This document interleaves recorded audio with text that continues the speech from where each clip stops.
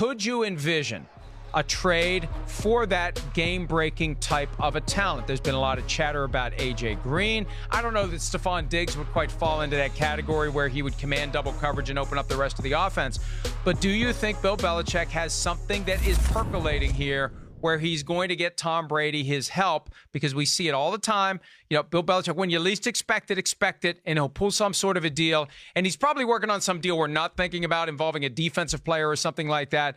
But do you think that it makes sense for them to make a run at a receiver who can come in and give Tom Brady that thing he needs, that element that draws attention and opens up the rest of the offense? No, I don't think they would do it for a receiver because I think it would take a little bit too much time to bring someone up to speed. But I do think Trent Williams is still on the table there. The Redskins, I don't know what the Redskins are doing. Why are they not trading guys that can get them picks back and start the actual rebuild? It's absolutely insane. Ryan Kerrigan. You know the answer? You know the answer? I know the answer, but Ryan Kerrigan should be traded. Trent Williams should be traded. They should be trading these guys who can get them picks back and start a real rebuild in Washington. So that would be a guy I could potentially see going to the Patriots just because their offensive line has been a weakness, and you know you want to run the ball. And guess what?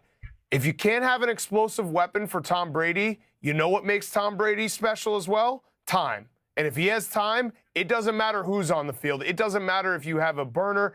I could be on the field playing slot receiver, and I'd get open if Tom Brady has time. So, yeah. I just visualized that one. No, that was serious, good. Time is time. If Tom Brady has time, he will carve anyone up in the entire NFL. So I could see something like that happening as opposed to getting a receiver.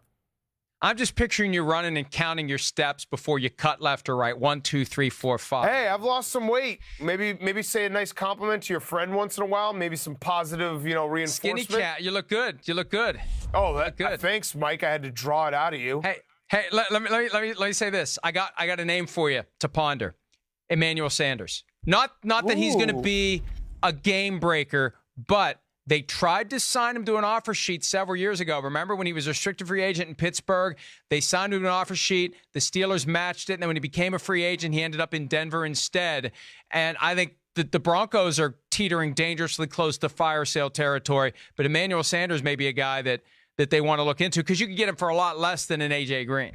I don't know if the Broncos would fire sale, though, because do you really think John Elway would just start gutting that roster? John Elway feels like a guy who's going to just go down to the bitter end saying, hey, if I have my 6'7" quarterback and a defense that was good 5 years ago, we'll be good. That seems like the vibe in Denver. I also think if Denver wins this game against the Titans on Sunday, and I have famously said that if the Titans are underdogs, you got to bet on them, and if they're favorites, fade them.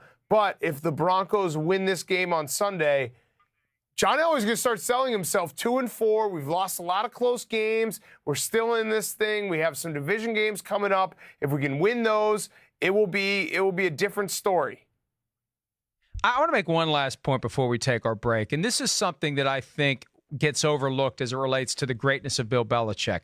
One thing that he has mastered over time, and I think the critical mass came after the loss to Kansas City on that Monday night 5 years ago, and it was the on to Cincinnati routine in the post-game press conference.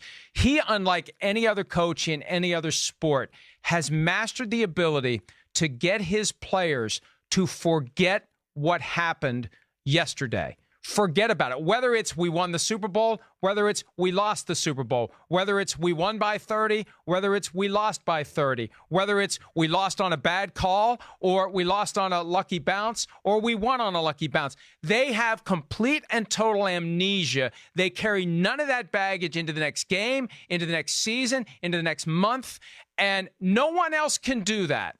The Patriots can, and he has figured that out. I don't know what kind of hypnosis they put those guys under, that it works, but damn it, it works, and every other coach should try to figure out how to do the same thing with their team. You know what, Mike? Of all your hottest takes, I'm going to say that I agree with that one the most, that every other coach should try to be like Bill Belichick. No, you might have just cracked the code. You might have just cracked the code. I'm talking about, think about it. Think about how hard that is. We talk all the time about a loss carrying over. We talk about the Saints. They have 2 years of heartbreak that they tried to get past. With the Patriots, he has them programmed to never think about what happened in the last game and just move on to the next one. Because, Mike, more than anything, and we talked to Kyle Van Noy last year on Pardon My Take, more than anything, Bill Belichick takes intelligent players, guys who have next-level smarts, knowing that they will move on to the next thing and learn how to evolve throughout a season. Hi, I'm Mike Tirico, and thanks for watching. Make sure to hit subscribe for the latest news and highlights from NBC Sports.